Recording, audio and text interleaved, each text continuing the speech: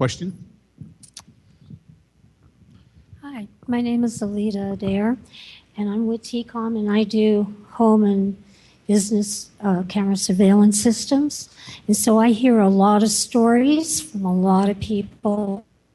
And I know one gentleman that I talked to recently said that after his home got broken into, he was let out in an hour, and within an hour, of the last guy, the next door neighbor got hit. I've got a question for you. What about the FEMA camp that's right by Hayfork? Isn't that an option to put people that are violent and breaking into homes so that way it's a place for the meantime while figuring out what to do? I got it.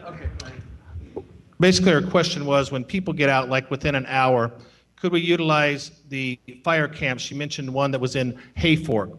Those fire camps are run by the California Department of Corrections and Rehab. Those are for people that have been sentenced to prison, and then they're serving their time in these fire camps. There's a number of them throughout California and here in the North State. The closest one we have is Sugar Pine Camp. Those are for individuals that have been sentenced to prison and are serving their time. When a person gets arrested and booked into jail, that person is what is unsentenced, not sentenced, and awaiting trial, pre-trial. So unless they get sent to the prison, they can't end up going to a work camp. And now with prison realignment, that's changing slightly because more county sheriffs are developing contracts for those long-term inmates that now we have to have. We're developing contracts for CDCR so they can place the nonviolent offenders into fire camps while they serve their sentence. My granddaughter was molested, and the man got 1 year. I talked to someone else. They got 6 months. And it seems to me, where my daughter lives, there's some homeless people that are in the back there, and some underclothes from a little girl disappeared and was found in that camp. And I don't think that we want our children to even go out anymore because it's not safe.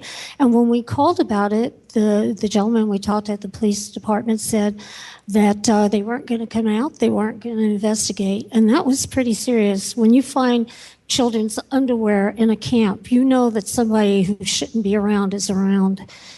And I do, like I said, I do surveillance systems. Anyone who's interested, that is the main thing. A picture is worth 1,000 words. And when you have someone break in and you don't know who it is, how are they going to find them? You need a picture. Okay. Thank you. I just want to say one thing about fire camps, and I'm sorry if I'm going to get a little bit political here, but how much does it cost us to send an inmate to a fire camp? $46 a day? Roughly.